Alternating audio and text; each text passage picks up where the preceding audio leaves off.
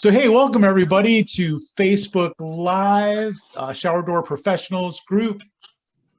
Every Wednesday night, 5:30 p.m.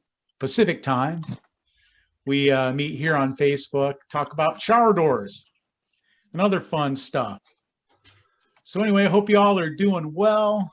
What's going on, Bill Dobman? Well, while we're waiting for our guest host, if you want to talk about something, I had an interesting conversation today, which might pertain to a lot of people. I don't know how many of you use referral sources like Home Advisor or Angie's List? You know, I have used Home Advisor in the past. Yeah, but I'm not currently using it. But really interesting because they claim that they will serve homeowners, professional tradespeople that are licensed in their areas, and that's not true at all. What I've found out is they only check licensing as far as a state level, but they do not go down to a county level. And I don't know how you are in California or other states, but in Florida, it's really the counties have a jurisdiction. Florida has a glass and glazing license so that if you get it, you can go anywhere in the state. But in most cases, most of the glass guys are smaller guys and they stay within their own county. So, but Home Advisor and Angie's List does not check references all the way down to the county level.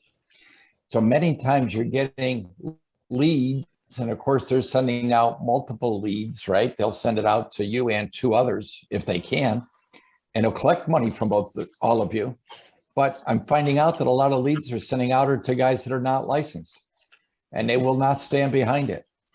So it's a really interesting concept. So I've had quite a few discussions with them. The second thing is, if you know anything about it, you will set up your business profile so that homeowners know the type of work that you want. And we get leads all the time to install a Lowe's or a Home Depot door or somebody else's door, or go out and repair somebody else's door. And that is not listed in our scope of work. And yet they charge us for the leads. So when you go for a credit, they'll give you credit. However, you must call the customer back within 24 hours or you're not eligible for the credit. And my point of contention to them is I shouldn't have to call them in 24 hours because I shouldn't have got the lead to begin with. They need to do a better job of screening and only send us leads that are in the scope of work that we advertise for. I don't want to be charged for a garage door fix, a screen door fix, putting in a Lowe's or a Home Depot door that somebody else bought. So I shouldn't have got those leads to begin with. So there's no reason I should have to call the customer in 24 hours and before I could get a credit. So I'm having a little battle with them, and I don't know how many other guys on this forum have that same situation. But my biggest point of contention is they should be listening to us, because without us, they don't have a business. If we all turned around and said, we don't want to, use your service, and they don't have any tradesmen, they don't have any product to sell. Yeah. So I think all the tradesmen should stand together on this, not just glass guys, but every trade that uses them for references. Right. I mean, they're kind of like the government in a way that, like, they don't produce anything. No, not at all. They don't have any economy of their own. All they have is what they kind of leech off of the productive class, and that was kind of my experience with Home Advisor. I signed up with them. I had, salespeople got in touch with me, and they basically begged me to use their service. Sure. And I was like, well, here's the thing, I'm really picky, I don't want to do hardly anything. All I want to do is just this really narrow scope of work, so I'm not interested in anything else. Oh no, we'll cater to you. We'll send you exactly the clients that you want. If you get any clients that you don't want, then it's like, you're not going to get charged for that and all of this. I was like, okay, well, I'll give it a try.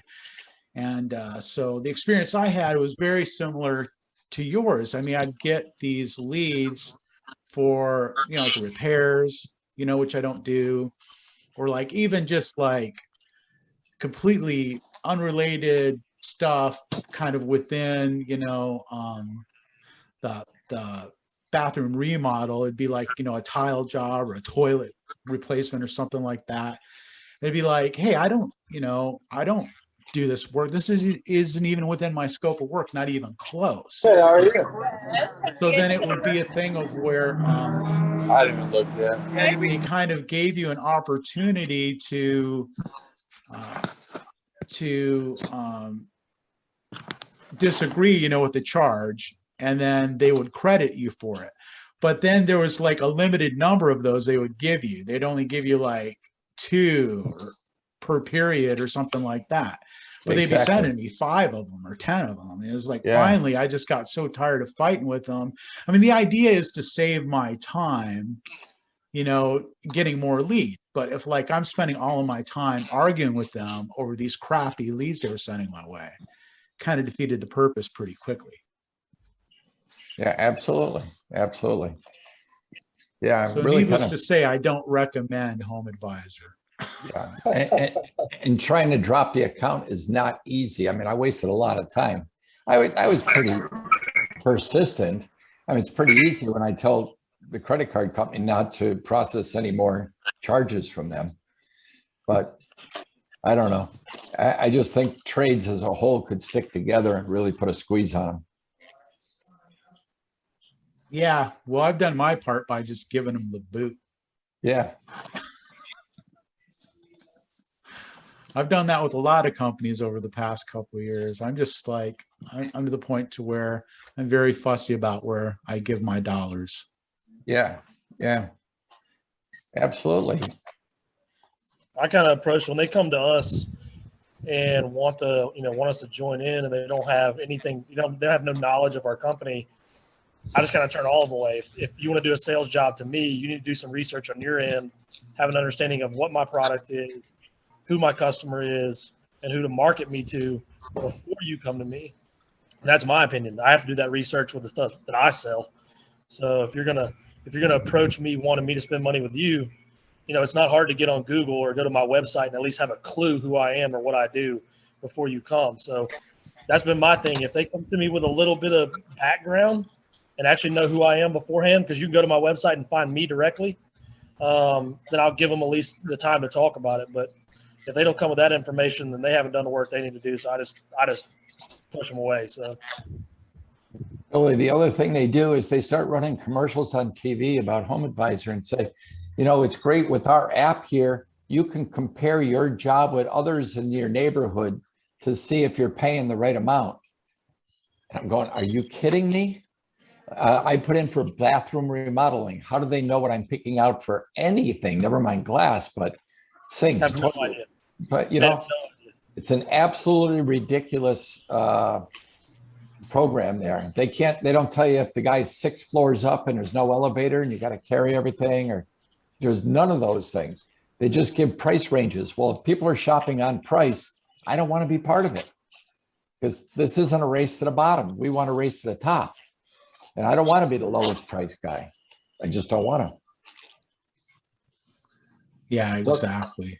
So Chris, that's our short experience, but at least it's something to fill some time in. Yeah, I mean, so what are some other services or techniques that you guys are using to get new leads?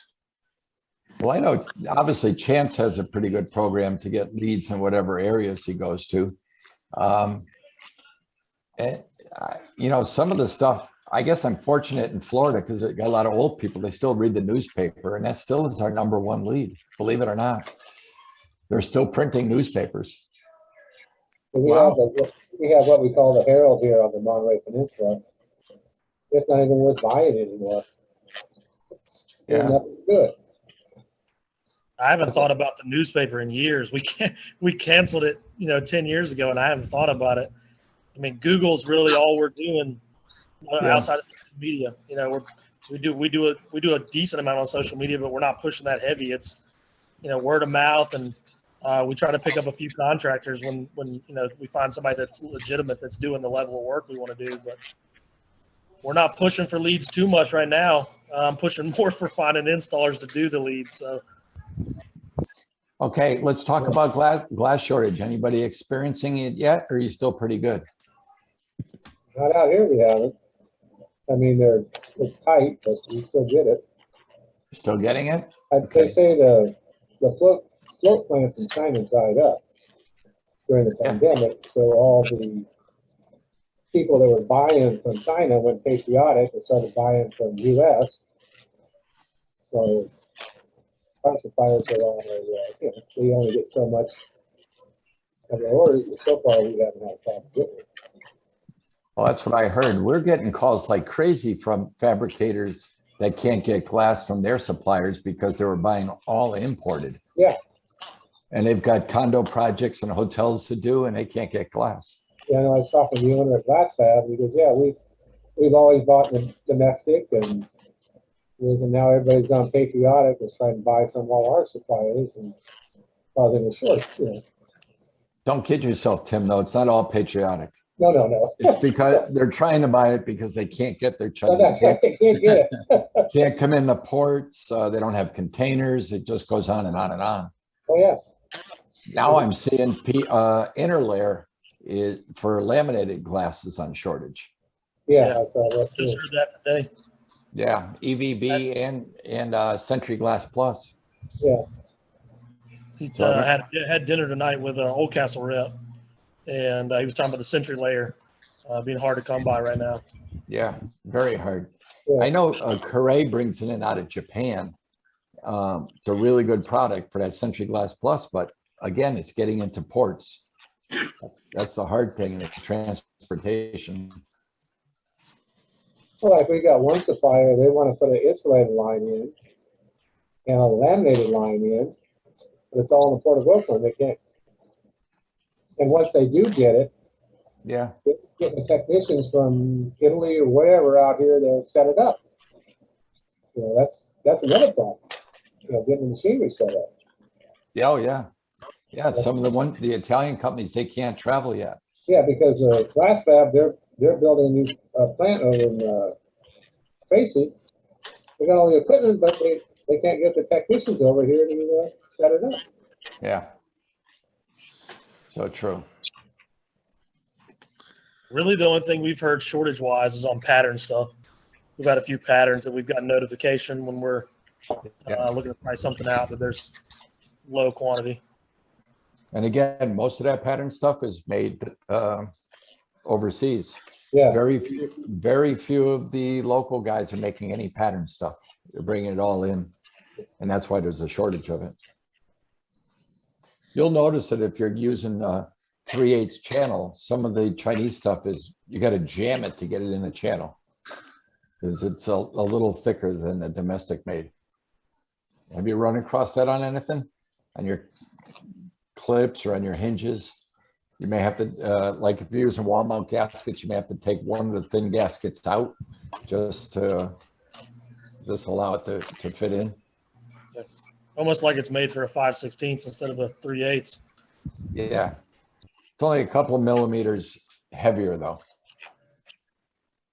But some of that Sierra Lawrence channel that's 3/8 wide, some of it won't fit in there. You know, we also had several companies that wanted to buy glass from us, but we really only supply our own company. But yeah, I've had other manufacturers also trying to buy glass from us, but you know, we just can only do our own customers. Yeah, we've had to do the same thing, and even our suppliers are rationing to who they sell to. Yeah. That is true. I think, you know, like AGC, a lot of the local companies, they're not sending like full truckloads. They only sell you know, it could be a full truckload, but they want you to mix and match. So if you need, let's say, a lot of 3/8, they will send you half an inch, 3/8, maybe low iron, maybe some pattern. But yeah, there is some rationing for sure. Yeah. So we had a place up in Talent, Oregon. It's called Glass Fabrication. And they've been in business 40 years, and they just shut the doors. Really? Yeah. Wow. Wow. I met the guy at the trade show years ago in Las Vegas. I told him I was in Carmel, and he goes, "Oh no, I won't deliver to Carmel because the streets are so named." narrow. But, we're in a shopping center, so we used to buy from them all the time. And then they quit delivering to our area, Yeah. and but no, they just sent out letters that we're, glass shortage, machinery needs maintenance, so we're done. Wow. I hear, well, Max was saying there's quite a few that may not make it through this. Yeah.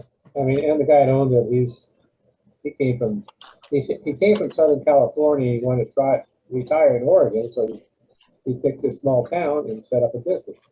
Sure. And then they had an operation in Fairfield, California, too.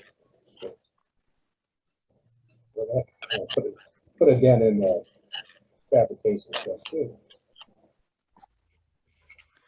Yeah, it's been a pretty trying time for people, and here in my area, it's pretty interesting. Santa Cruz is not a very big town. It's actually more of the county we think of than really the city of Santa Cruz. The neighboring communities here, but there's a ton of glass shops. Here, like, I mean, you can't really throw a rock without hitting one. And this past year, we had a couple of them shut down. So I'm having kind of the opposite thing here, where suppliers that I haven't been using are coming and knocking at our door, asking us, "Hey, what can we do to get you to buy our product?" Because they've lost a couple of customers here in the area over this past year. So, we're, kind of trying out some new suppliers. I mean, but you know how that goes. I mean, it's really a crapshoot. There's so many things that can go wrong with a supply line. So whenever I've got a new vendor, it's just like, I'm really apprehensive that they're gonna keep their promises. They're gonna deliver a good quality product in a timely way for a reasonable price. It's interesting, since I started my business here, there was another company started up, another shower door company started up in the area. A company that had, shower door in the name.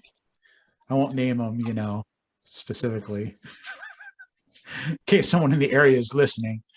But it was funny because whenever I saw this guy's truck, it never had a shower door on it. It always had, like, some like windows, like some Milgard windows, or some storefront, or they're just like annealed glass or something. And then so finally they dropped the shower door part from the name. So back to being the only official shower door company in Santa Cruz. There you go.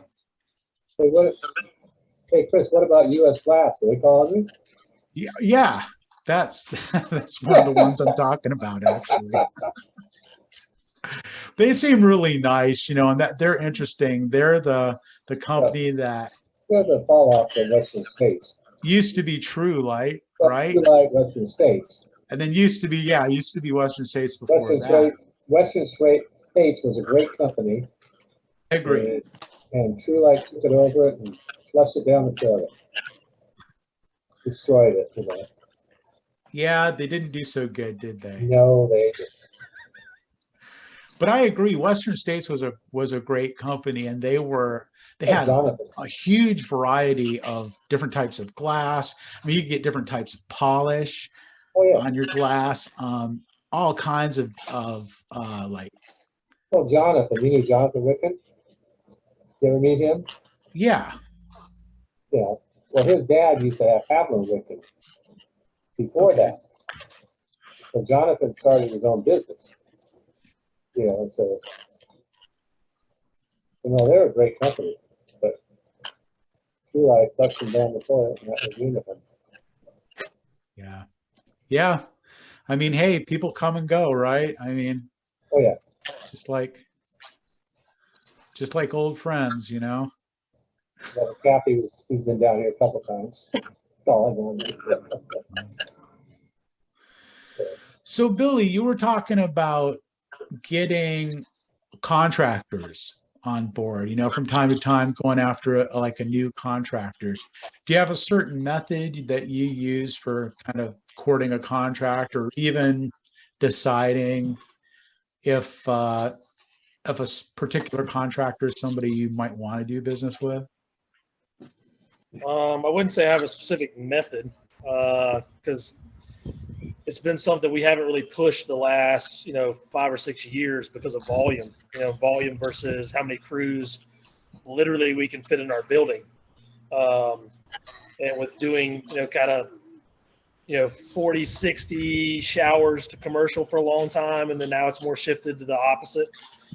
We've just kind of maintained, and I hate to say that, but we have a certain building size, and while covering all things, we haven't wanted to steal too much of our commercial into the residential.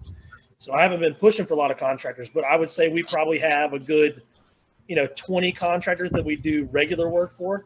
And then we've got probably, 20 more, a couple remodels a year, something like that. So I don't have a set method other than we do an evaluation of, what kind of work they're doing. We kind of naturally get a lot of the contractors because we don't do a lot of marketing. We've been around a lot longer than everybody else around here, so we don't market a lot. So other people who market more may pull a contractor in initially and then honestly do a bad job. And then they start looking around, and I feel communication-wise, we do the best job of communicating with somebody who wants a shower door in our area. So, but again, there's plenty of people in our area who do them. It's just, I would rather organically get them than go out and search for them right now with volume that we're running, because they're coming to me with a need rather than me trying to go and tell them how great I am. I haven't had a lot of success at that, unless it's somebody I build a relationship kind of outside the shower door realm, and we grow the various parts of the business for them. So I wouldn't say I have a set means other than I see them and I look at their work and I like what they do, and I start talking to them about what they do, rather than, hey, here's what we do and we're great at it and check us out. It's more like, I noticed what you do and I think what you do matches what I do. So it's kind of like, let me pump them a little bit and tell them how great they are, and how much I admire their business and what they do. And that kind of brings them in a little bit. But I had a failure meeting a couple weeks ago with a contractor who I walked in a house, and I was measuring, some beveled mirrors, which is really random. It was just kind of in between two appointments. So stopped by to measure some mirrors, and there's a brand new shower there. So I talked to the homeowner, and they're like, yeah, our contractor's got somebody who handles that. So I did a little research, took a picture of the contractor's sign, set up a lunch meeting with them. And they told me how great the other shower door company that they use in town was, where I typically hear how terrible that company is. And I was like, well, awesome, man. If they're doing a good job for you, I'm not here to talk bad about anybody. I was just going to, introduce myself, tell you what we do, that kind of thing. And it was a crash and burn meeting, so there's no perfect way to do it. It's kind of feeling out each contractor, who their customer is, and more or less being slower. I was kind of aggressive with that one. Like, why are you using these people, and why are they in the same bathroom I'm in? Because I don't think they do the same level of work that we do, and it was a fail. So I probably won't go that route next time. But so I don't think there's any right way to do it. It's just trial and error with different people. It's like customers. You got to figure out, what ticks the boxes for each customer for what they want. And you do an evaluation of their home, their location, the cars they drive, all of those things play into figuring it out. Same thing with contractors. I can look at a contractor that's driving an $85,000, dually around. I know I can approach them differently than the guy that's driving his beater truck and is going to stay in that truck no matter what. It's doing an evaluation of who you're dealing with and trying to figure out the way in, and sometimes you fail anyway. So definitely no right way to do it, I wouldn't say, but trial and error is the best I've got. A lot of wrong ways to do it, though, huh?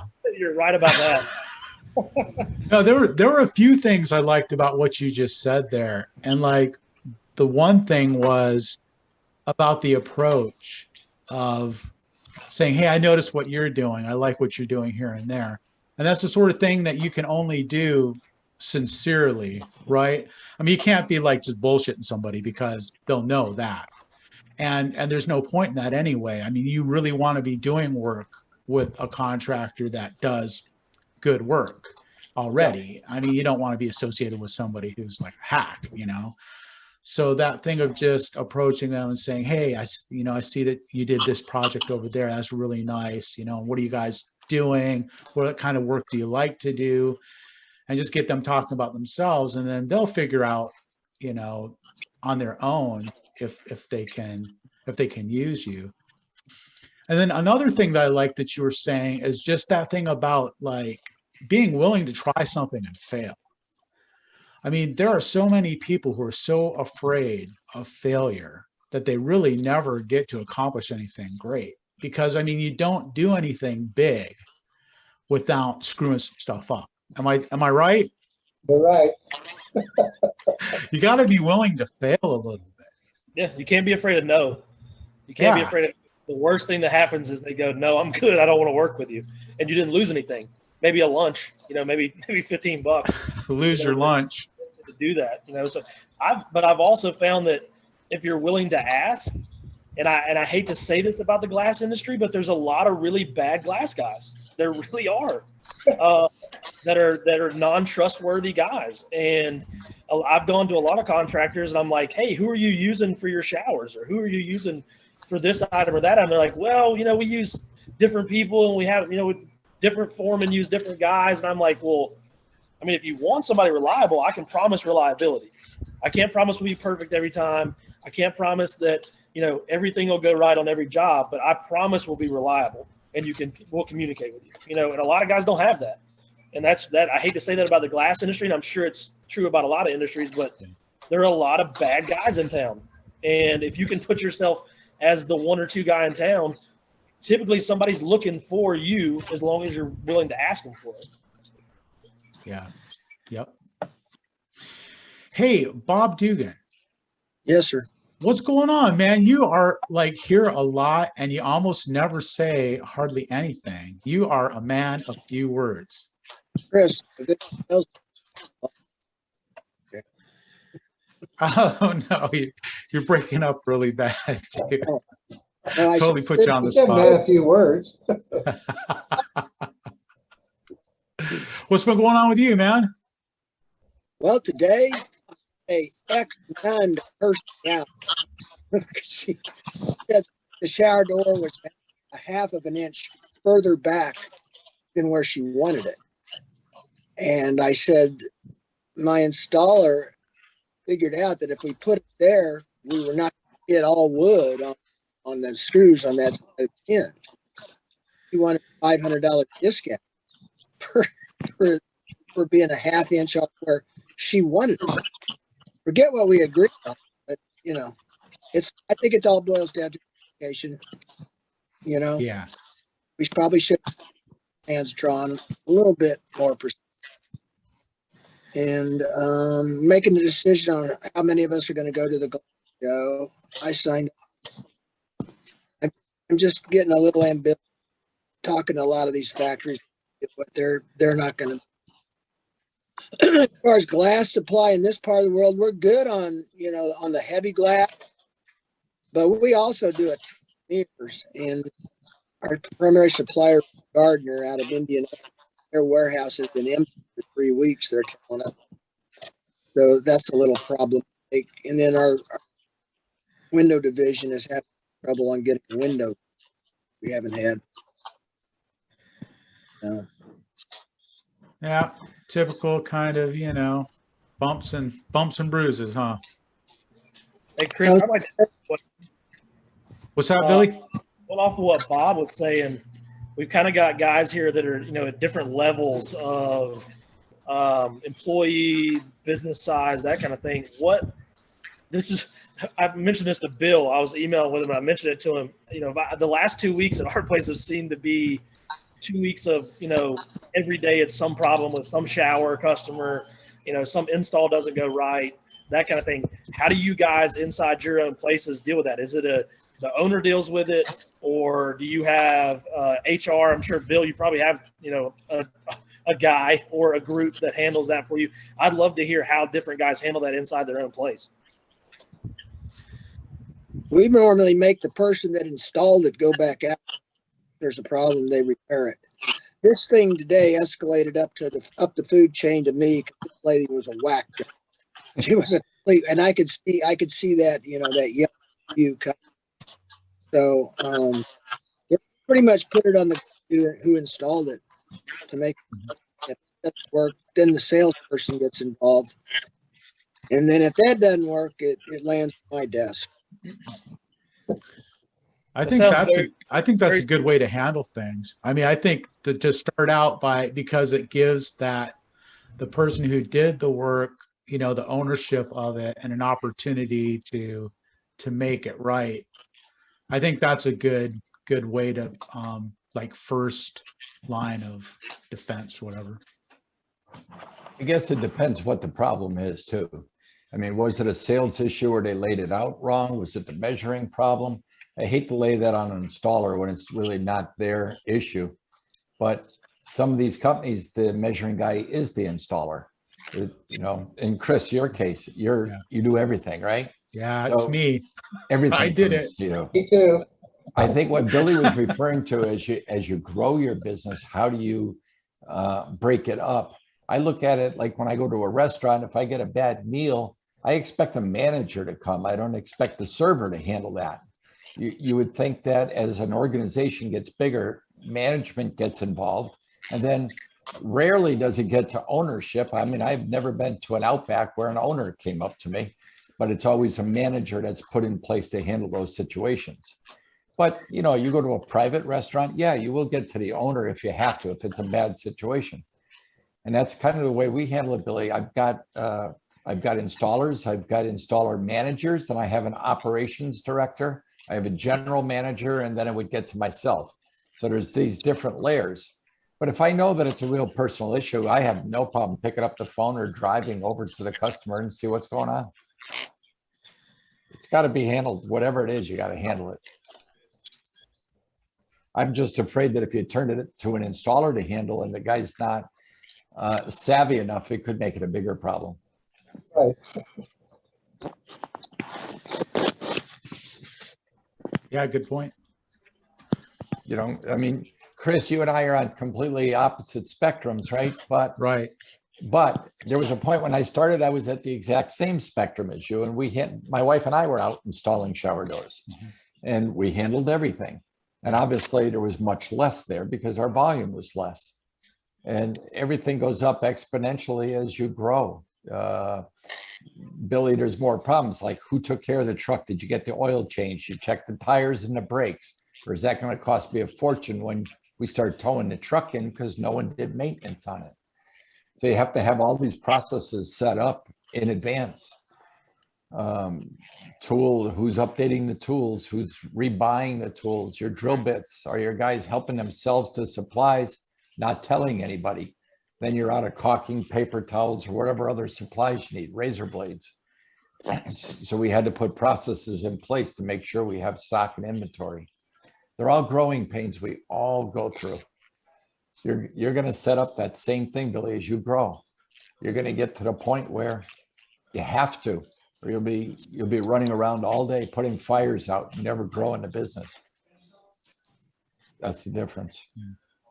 Yeah, and if you have an organization, you know, of multiple people, then, you know, you're probably going to have a person who's got that skill set. Yeah. Who's just the natural, that's the natural person to send out to deal with, you know, to deal with a customer that's irate or whatever, because they're going to smooth it over. They're going to stay cool. They're going to have solutions. They're going to, you know, own it and make everything good, you know? So if you're a little shop, I mean, you may not have a whole lot of personnel to choose from to do that. Yeah. But, you know, it's how you handle that can make or break a business too, because your reputation is on the line, and people are keyboard pirates nowadays. And you one wrong thing, and all of a sudden you're plastered with these Google reviews that'll kill you. Yeah. So you almost have to be very proactive and stay on top of it so you get good reviews. Right. Yeah, and sometimes the best thing that could ever happen to you is that you'd have a problem and solve it, Yeah. because you really end up being the hero. Yeah. I was telling somebody the other day that on Yelp, I have, I don't know how many now, like 30 some, whatever, 5-star reviews. Then I've got like one 1-star review. So this is a guy who called me and said, hey, I need a little like magnetic latch for my old, 20-year-old shower door, and I don't know, I guess he wanted me to like, get on the internet for him and find one for him, or something like that. I was like, hey, sorry, I'm just, I'm not the right guy for this. It's just me and my wife, and it's like, I really can't take, a couple of hours out of my day to, go track down. Well, he gave me a 1-star review for that. And it's like, and now I was just thinking the other day, man, I should write that guy and say, hey, thank you so much for leaving that 1-star review, because if it wasn't for you, it would look like my account was fake. That's right. And I think it would probably take like 2 or 3 more 1-star reviews to bring me down to like 4.5 stars, because it's just like, I've got that many great reviews, but it's good to have problems. I mean, it sounds counterintuitive, but the truth is, it's like problems are a good thing. They give you opportunities to grow, resistance, to strengthen yourself against. Problems are only opportunities waiting to be turned into cash. And we had somebody call us to go out, about 45 minutes away from our shop, as we're doing what we call Car Week on the Monterey Peninsula, where there's 5 auction houses going and people coming all over the place. It's gridlock, you can't do it. So I told the guy we can come next week, and he did the same thing. He wrote a nasty review for us. Yeah, it's too bad. But I mean, you can see it like when you're looking at the profile, it really stands out when you've got like, one review after the other. Oh, this is great. These guys are great. They were so friendly. They answered the phone. They came out. They kept their promise. They gave us a fair deal. I'll use them again. I've used them before. This is the 3rd time that they've done a shower door for us, whatever. And then there's this guy. Oh yeah, they wouldn't, it's like, they wouldn't do that for me. It's like, it's obvious who's who in this scenario. Where you live over in Santa Cruz, the traffic's so bad, I don't know how you get,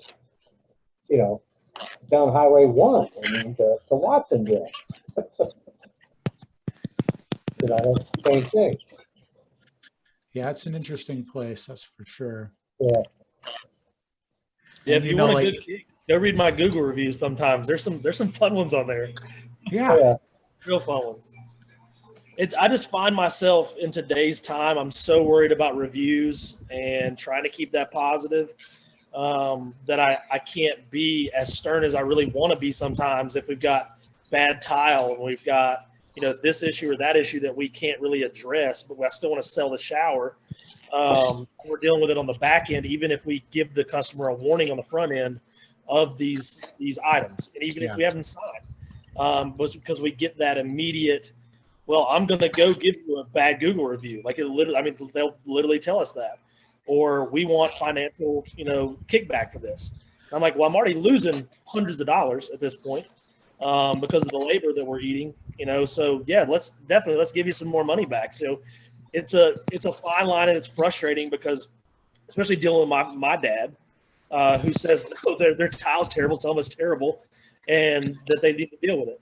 And I'm like, yeah, we got to pump the brakes on that a little bit because we can't quite go there. I don't want another 1-star review because we actually did a good job, but they're dealing with a problem we can't control. So it's a touchy thing nowadays. Yeah.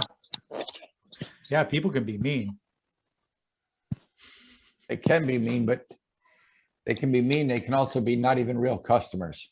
That's a sad thing. I've had 2 of them that we've tracked down. They're not even in our database. We never did a work for them. Didn't even give them a quote. So it's a false name, it's a false IP address. It's just somebody out there didn't like us and wanted to do something. Maybe a competitor. That's Yep. the obvious thing that you would think of. Yeah. Yeah. Yep. Stuff happens. You live through it. Yeah. Yeah. You just have to have the sheer numbers of happy customers, you know, that it just outweighs those one or two, you know, inevitable bad reviews. Okay, let's face it. How many times do you hire somebody to do something at your house? Do you really check every review? Do you even check reviews, or are you just going on recommendations from somebody else? What really, what if you had to do, I don't know, your back patio over? Is it a friend of a friend that you know, or somebody that's one of your contractors that you do work for? Or do you go searching for somebody like that? No, I mean, if I'm No. gonna buy a product off of Amazon, Yes, I'll read the reviews. If sure. I'm looking for a restaurant that I've never been to, I'll like read the reviews, you know. Right. But anything other than that, yeah, it's gonna be kind of a relationship based referral Yeah. sort of thing. Yeah. So take it with a grain of salt. I mean, yeah, we all bust our hump to do the best and have the best showing in the public and on Google especially. But when it comes right down to it, most of the people that are doing business with you, either they saw your ad and they're not even getting other quotes, or word of mouth from somebody like that. You know, I don't think we lost anything because of a 1-star review or a 0-star review or whatever. But the biggest positive I can say is answer every review, even the good ones. Thank them for their review. People do read that if you're interactive with the people. Here, that's great advice. Yeah. That's something I do for sure. Yeah. Say, thanks for the great review. I work really hard and that's what keeps us going. Thank you very much. And you know, that goes a long ways. It really does. That's something I definitely give to somebody else. Yeah. I let somebody else give the reply to the review. Keeps me calm. All right. Give you, you know, this is just personal interest stuff. You probably saw that I posted this thing that we signed a college athlete this week because of the new NCAA rules. I So did see that. Yeah.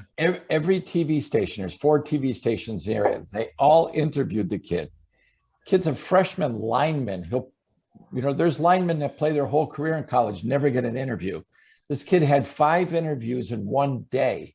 He was on ESPN radio and he was on that because it's new and it's relevant. But what most people don't do, and which I ended up doing, is I emailed each and every one of those stations and reporters thanking them for that interview and telling them how they got the story right and if they needed any more follow-up, which they hardly ever get. You got to realize these reporters are out there and they get beat up all day long by their editors and no one gives them a pat on the back. No one. So I sent an email. I said, you did a really good job and I've been watching your work on TV. You're really doing good. Keep up the good work. Guy sent me a backup. He says, you know, I really would like to have a follow-up story done on that. You know, are you available? So it just turns into something good. Yeah. Just going that little extra bit. You hear Keith say this on LinkedIn all the time. The difference between ordinary and extraordinary is just that little bit. Just that little bit to make it memorable. And it goes such a long ways. And it's so true. Yep. Yeah, especially because most people quit like at the 5-yard line. Yeah. Yeah. You know, I mean, it's like for you to really rise to the top, you only have to do like about 5 or 10% more than the next guy. It's the truth. Yeah. If you ever buy a product of a cleaner and it says cleans 99% of the stain, I'm going, why didn't you work an extra hour of overtime and make it 100%?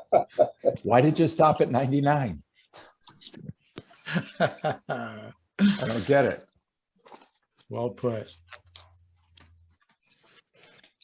Well, Absolutely. it's too bad you don't have a moderator tonight or a I know, special huh? guest. Well, you know what? You know, I blame myself.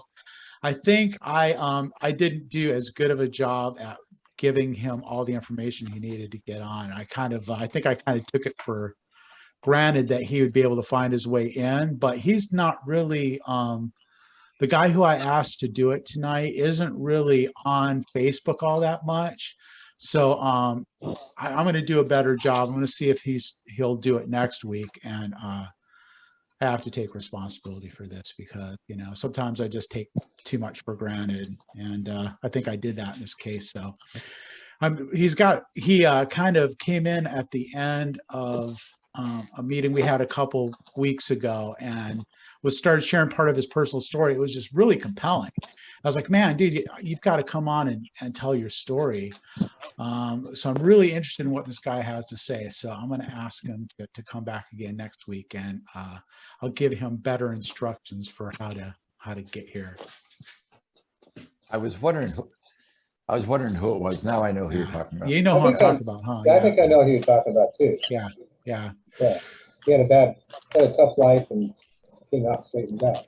Yeah, and it sounds like he's really killing it in business right now. And Yeah. you know, when a guy is on that kind of trajectory, it's really interesting to hear what he's doing and what's working for him right now. You know, because it's fresh. Into what he's doing now. Yeah, exactly. That'd be interesting. Well, you know, Ellie been here. I don't know if I've ever had a chance to talk with you. I wonder if you'd like to spend a few minutes just kind of telling us a little bit more about where you're at and what you're doing and stuff. Yeah, so we are, as I said, we're in the Orlando area. We do frameless shower doors, glass railings, a lot of frameless glass. So we do own our own tempering oven. We do all of the manufacturing as well. We're kind of specialized in high-end residential. We also do some high-end commercial. So we have, you know, a team of about 40 people. We have, you know, a lot of automatic machines to do our work. Yeah, so it's a family business established in 1986.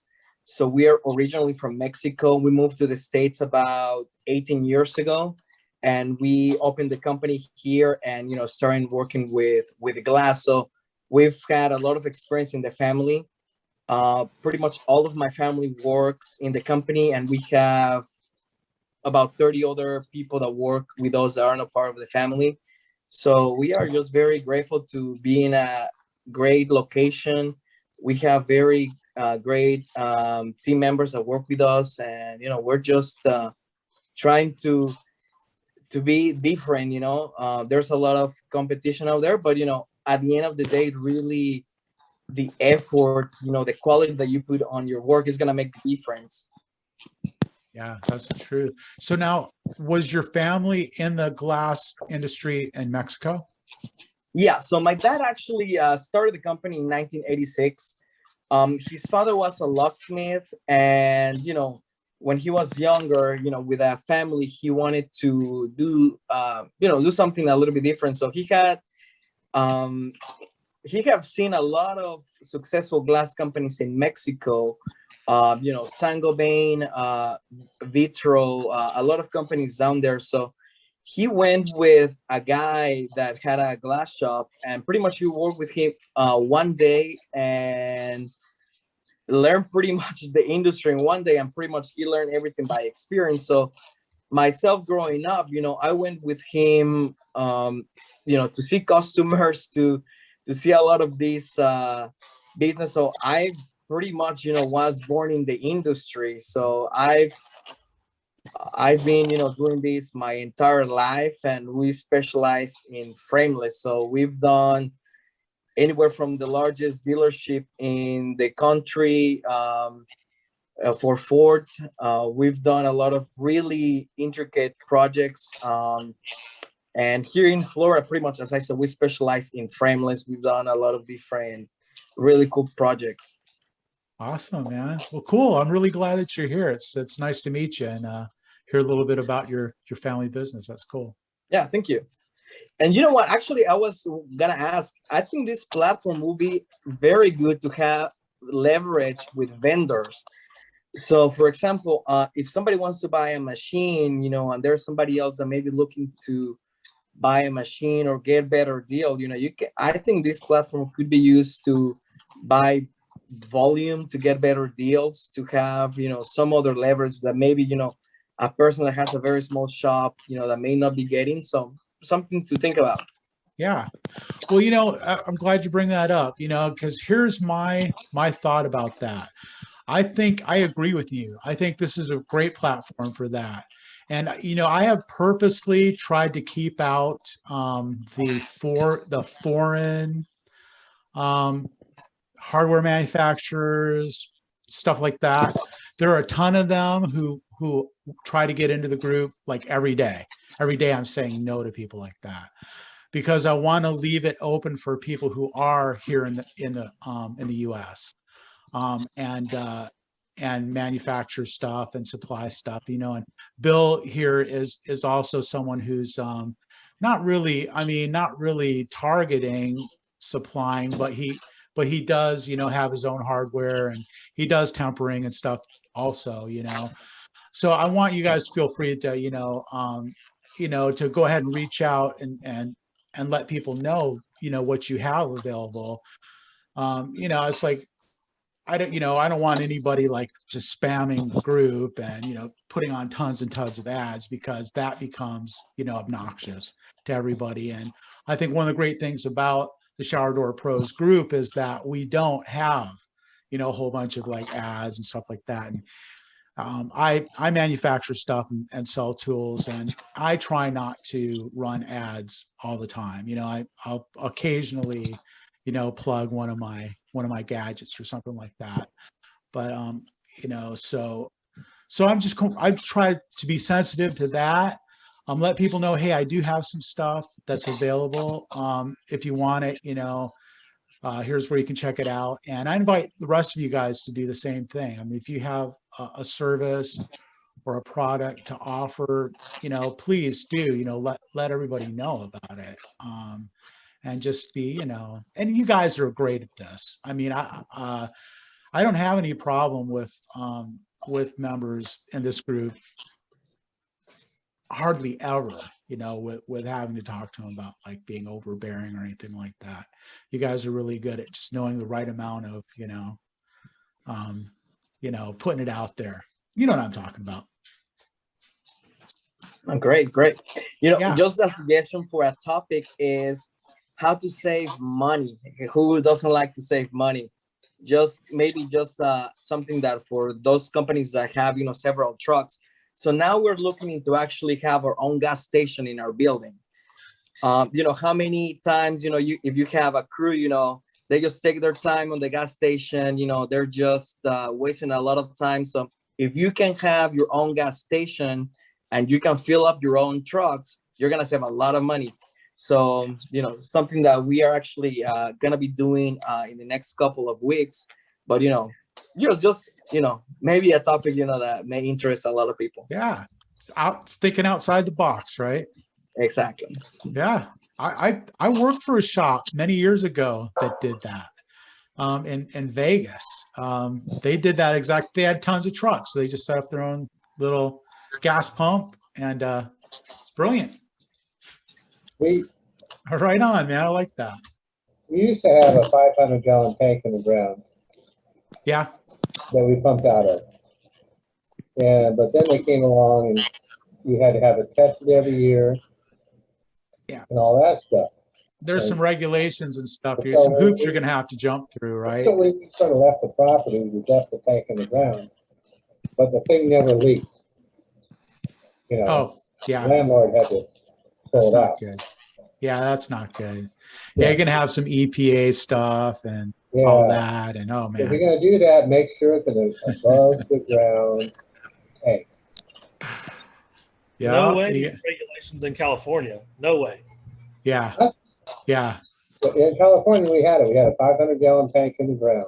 This is back in the old days, though, right? That was in the old days. Back when Reagan was probably the governor. That's right. And I mean, it was great. I needed gas. I'd go down and fill my truck up on my dad's, dollar. Awesome. Love it. Well, right on, guys. Good talk. Good talk. I always look forward to these little meetings that we have. So, hey, thanks for showing up. Nice meeting you. Really good. Hope to see you some more in the future. Nice to meet you all. All right, Tunes. Get some Yes. sleep, man. Yes, Stop boss. thinking about stuff. All right, guys. We'll see you next Wednesday.